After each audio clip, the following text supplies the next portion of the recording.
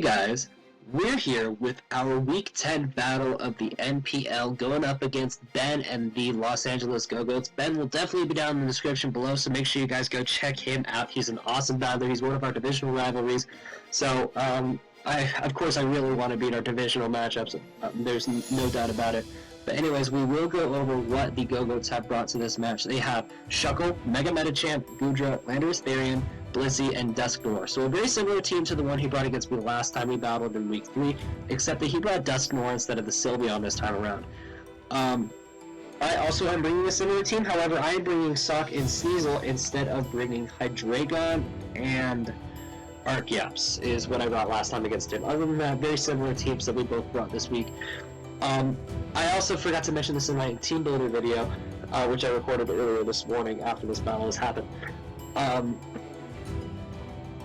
If we win this match, we are guaranteed a spot in the playoffs. So I definitely want to win, but if we lose, that's okay. We still have 2 more chances to win and guarantee a spot in the playoffs. And even if we lose all 3 of these matches, if our differential is good enough, there's still a good chance we can make it into the playoffs. But a win guarantees us a spot, and that's a-okay with me.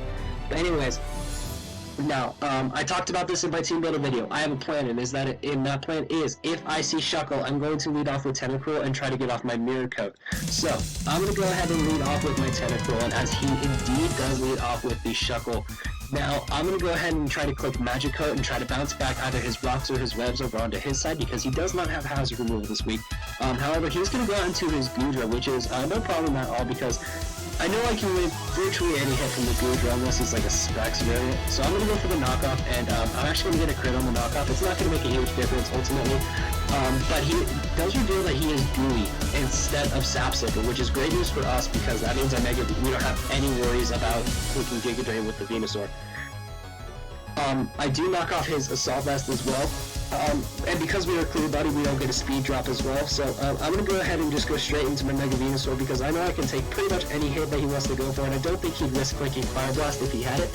So we take that Draco nicely, I guess, and what I'm going to do is I'm just going to go ahead and Mega Evolve and get back up to full health with the Synthesis, as he's going to make a really good switch into his Shuckle. And why this is a really good switch is because he gets one of his hazards up for essentially free. However, I'm going to go into my Tentacruel, so I can Rapid Spin these away at some point.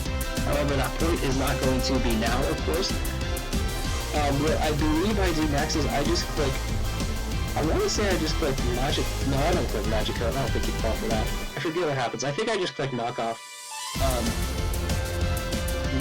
Yes, come on. Yes, I just click Knockoff, so that's not going to do very much to the Goodra, but he can't lower my speed, so that's okay. What I'm going to do is, knowing that I can load pretty much any hit after seeing how much that Thunderbolt did to me last time, I'm just going to click Rapid Spin and go ahead and get rid of these Sticky Webs. So the Sticky Webs are gone. He's going to have to reset them up at some point if he wants to lower my team's speed. He drops a Draco. I take that, decently nicely. But Tentacruel definitely still has a use to me, so I'm going to go ahead and switch out into my my Togekiss, predicting him to just go for another Draco. As that is indeed what he does. He just clicks Draco, and that's no problem at all. Now, what I'm going to do is I'm going to go ahead and click Thunder Wave. I'm not sure what he wants to switch out into, but I definitely don't think it's going to be the Landorus. He decides it's going to be the Blissey this time around, so I'm going to go ahead and Thunder Wave this Blissey, and I can start getting some potential para-air slash flinches, although that is not my priority. What I honestly see as a better fit is just going straight into Sock, and assuming he doesn't click Thunder Wave, we'll be in a good spot. He ultimately just sets up a Light Screen, which is disgusting, the fact that there's a Blissey and a Light Screen in front of me, that's just gross. But anyways, knowing that he can't take a close combat removal, I'm going to predict his switch into the Dusknoir, and I'm just going to click Knockoff. He does have Frisk and reveals that I am Choice Banded, however, that is not going to help him live that hit any better, so Sock is actually going to get his first kill of the season on that Dusknoir, which is great for us. Now, he decides to bring in his Landorus here, which I thought was an interesting play. I was wondering why he initially did it at first. After he clicked Swords Dance, I understand why he did it. So I just ultimately just click Knockoff again to get rid of whatever item this thing could potentially have. He does indeed have the Rocky Helmet, so it's kind of a weird Landorus set, the fact that he has Swords Dance and Rocky Helmet, but what I'm going to have to do is I'm going to go ahead and have to sack off my Tentacruel so I can go into Sneasel and threaten him out with the Ice-type move. Which sucks because that means that he can get up hazards later. Well, actually, I decide to go into Jirachi instead of Sneasel, though. I can't risk making a prediction, so I'm just going to click Ice Punch. He makes the correct play and goes straight into his Shuckle, which this also reveals that he is in also Rocky Helmet on his Shuckle as well. The light screen also wears off. I mean, that didn't make a huge difference, but still, it's gone now.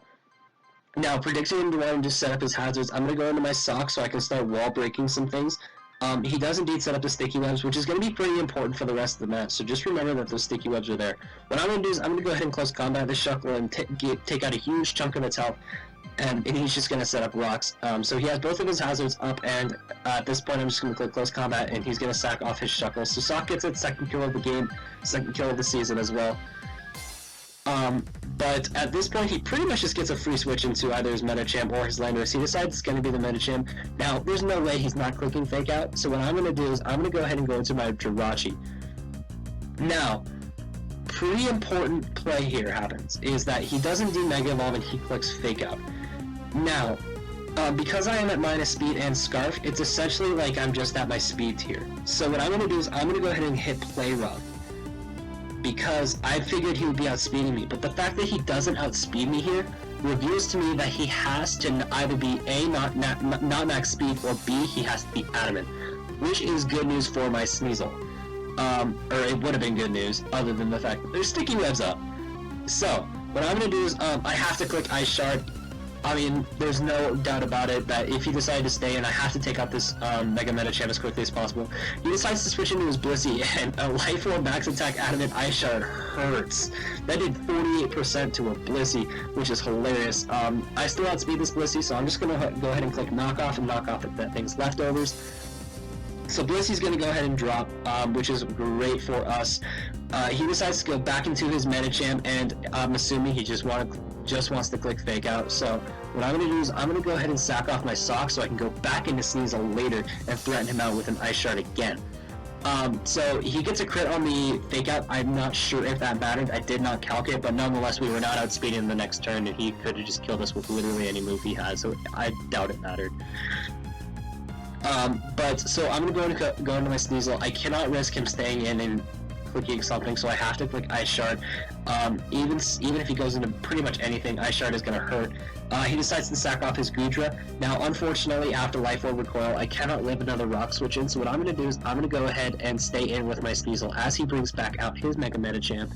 I'm just going to go ahead and click Ice Shard just in case he doesn't make the right play and clicks Fake Out.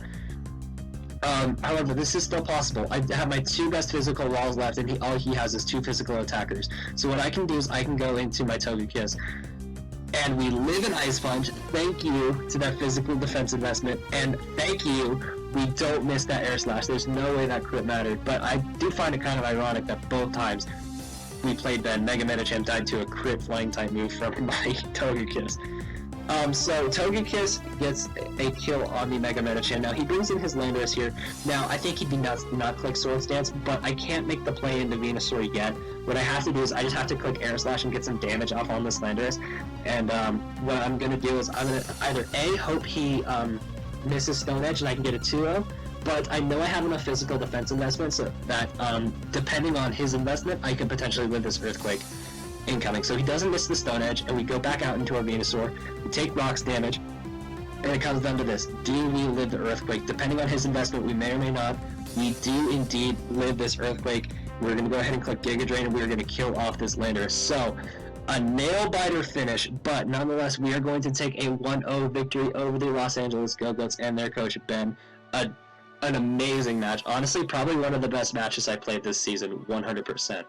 And the implications of this match just made it even better. So, because of this victory, we have a guaranteed spot in the NPL Season 2 playoffs, which is great for us. Now, as of right now, playoffs are set to be between myself, Aki, Resilient, and Alpha. And Alpha and Resilient are my next two opponents as well. However, I know that Resilient and Alpha are playing each other, and it is potentially possible for Mighty Mamoswine and the Washington Blazikins to still take a playoff spot, assuming, I think, is that if he wins all of his matches, and then either Aki Alpha or Resilient lose all of their matches, and Mamoswine gets a better differential, then Mamo makes the playoffs and either Alpha, Resilient, or Aki do not. So it is still technically possible, but all that matters to me right now is that we have a guaranteed spot in the Season 2 playoffs. So that is awesome news. But anyways, guys, that is going to be it for this video. Next week, we take on a rematch against the Rocky Mountain Marowaks, who, if you guys remember, the fact that we won 4-0 does not say at all what happened in that match. That was definitely a very close match, and one we definitely could have lost. So we're absolutely going to have to get our serious prep on to take on Alpha because, no offense, I don't want to lose. But anyways, that is going to be it for this video. Oh, real quick, I want to give a huge shout out to Jazz, who made our awesome Reno Regis logo that you guys see in every NPL team builder video and every NPL battle video. But anyways, guys, that is going to be it for this video, and I will see you in the next one. Later.